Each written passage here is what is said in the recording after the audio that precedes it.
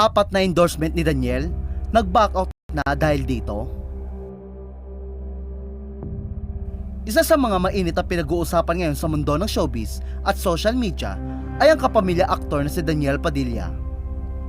Hindi kasi may kakaila na ang kasikatan at tagumpay ni Daniel ay nakadepende sa love team nila ng aktres na si Cathryn Bernardo o Katniel.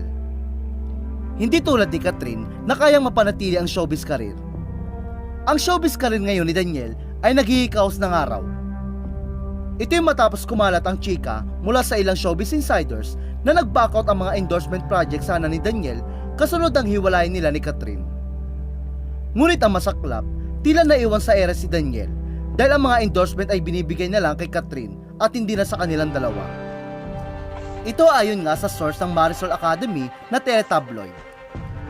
Ayon pa sa host na si Mildred Bacod, yung apat daw supposedly na endorsement nilang dalawa ni Cathryn Bernardo, di umano according to our source, ay kay Cathryn na lang daw ibinigay.